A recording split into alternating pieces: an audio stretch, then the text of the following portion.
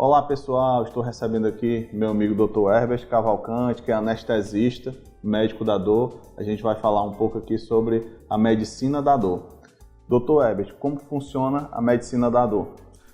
Bom, Felipe, é uma área da medicina que ela é considerada uma área jovem, né? A gente tem mais ou menos uns 30 anos de atuação aqui no Brasil.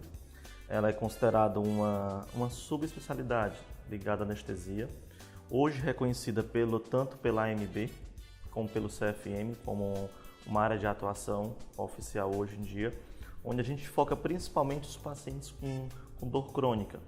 Então, assim, a gente tem um foco nos pacientes com dor crônica em buscar a melhora da qualidade de vida desses pacientes, assim como também prevenir novas patologias. Ótimo. O que é que significa a dor crônica? Qual é a definição dela? Bom, uma pergunta super importante. Dor crônica seria aquela dor que persiste há mais de 3 meses. Então, os pacientes que têm uma dor contínua por mais de 3 meses, a gente já considera crônica. Então, hoje a dor crônica ela não é considerada mais só um sintoma, como era antigamente. É um sintoma de uma doença do joelho apenas, por exemplo. Ela é considerada uma doença por si só, já que ela envolve uma série de fatores, como fatores psicológicos, como os fatores de nível central, sistema nervoso. Então, é como se o indivíduo criasse uma memória de dor. Então, é nesse sentido que entra a importância de uma equipe especializada em tratamento da dor. Puxando mais para o lado do joelho, né? Dr. Herbert, a parte de joelho, o que é que você costuma pegar mais em relação à dor crônica? Quais os tipos de patologias, por exemplo? Bom, em nosso consultório de dor, o que domina são os pacientes com artrose de joelho, né? Ou osteoartrite de joelho. Predomina mais em mulheres, na verdade, mais do que homens, principalmente associado ao aumento da obesidade em nossa população, ao envelhecimento da nossa população. Então, são mulheres, geralmente mulheres idosas e mulheres obesas. Então, são pacientes que realmente, além da dor, eles têm uma grande limitação funcional, até para pequenas atividades diárias, do dia a dia. Elas não conseguem mais fazer uma tarefa de casa, por exemplo. Além dos custos que gera também desse tipo de paciente, são pacientes que o tratamento realmente é um tratamento que envolve toda uma equipe. Então, a gente tem focado bastante nesses pacientes com artrose de joelho. Como é que funciona a chegada do paciente até você? Geralmente, colegas encaminham aqueles pacientes que eles não estão conseguindo tratar e mandam para o Dr. Herbert. Como é que funciona essa chegada do paciente até você, Herbert? Bom, uma boa parte dos pacientes são encaminhados pelos colegas ortopedistas, que a gente tem um trabalho muito próximo com a ortopedia. Tem pacientes que chegam também através da marcação direta com a gente, também tem esse acesso para os pacientes, principalmente com foco em dor crônica de joelho. Então, esses pacientes a gente procura fazer um trabalho casado com a ortopedia, onde aqueles pacientes, por exemplo, que não teriam uma indicação de cirurgia, que buscam um tratamento conservador, ou aqueles pacientes que têm uma contraindicação cirúrgica, por exemplo, ou aqueles pacientes que fizeram artroplastia de joelho e mesmo assim persistiram com a dor crônica pós-operatória, a gente tem recebido esses pacientes para fazer um trabalho principalmente em equipe. Então a gente trabalha numa equipe multidisciplinar, que é o nosso foco. A gente tem nutricionista que trabalha com paciente com dor crônica, já que são pacientes geralmente obesos. A gente tem um fisioterapeuta que trabalha na parte realmente específica de dor crônica, assim como a gente tem também uma psicóloga, né? Que lembrar que esses pacientes com dor crônica, eles têm um grande componente emocional envolvido. Então são pacientes que, às vezes a filha diz, Dr. Herbert, a minha mãe era muito ativa, hoje ela anda triste.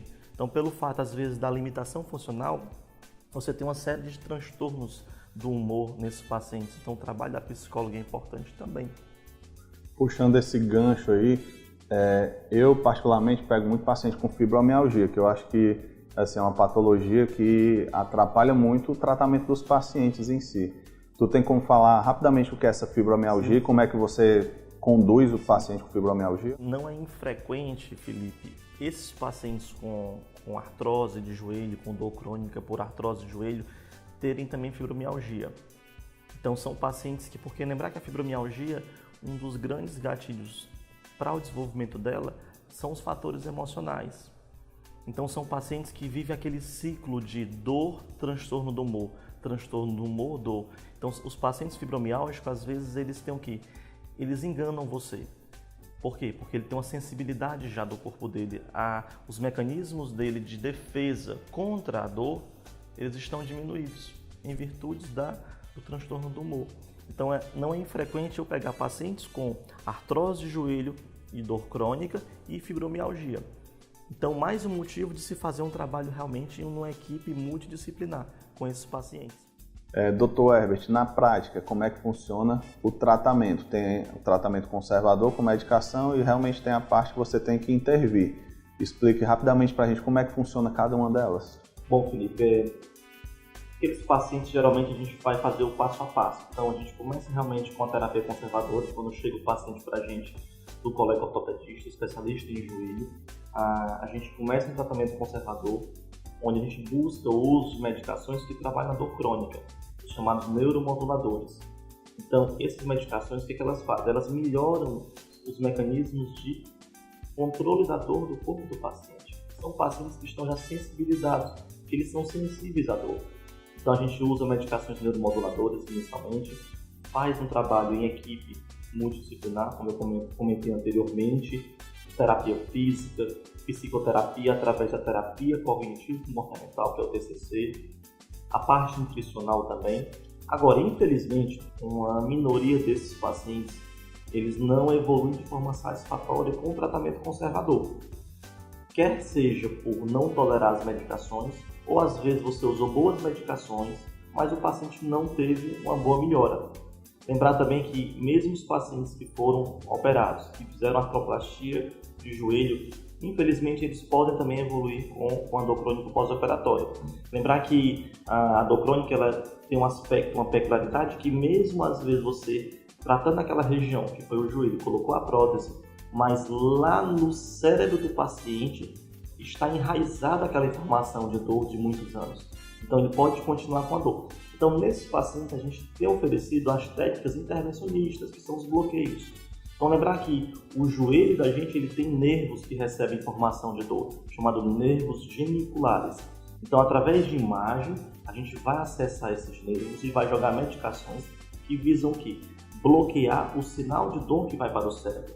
Então quando eu bloqueio o sinal de dor que vai para o cérebro, eu estou promovendo como se fosse um rearranjo, uma modulação, tentando fazer o cérebro esquecer que sente dor e aí ele voltar a funcionar normalmente. Então a gente oferece os bloqueios, tanto medicamentosos, e para aqueles pacientes que não têm uma resposta tão duradoura com os bloqueios químicos, a gente oferece a possibilidade da radiofrequência, onde a gente procura o quê? Procura, entre aspas, queimar aquele nervinho, ou a gente procura modular aquele nervo, que tem uma resposta mais duradoura. Com isso, o paciente vai ter uma melhor qualidade de vida, o risco de complicação é muito baixo e esse paciente vai conseguir fazer uma melhor também terapia física, a própria fisioterapia também. Gostaria de agradecer ao meu amigo Dr. Herbert Cavalcante pelo ótimo bate-papo que tivemos aqui sobre dor crônica. Quem gostou, dá um like. Se tem alguma dúvida, alguma sugestão, coloca aqui nos comentários. Aguardo vocês nos próximos vídeos.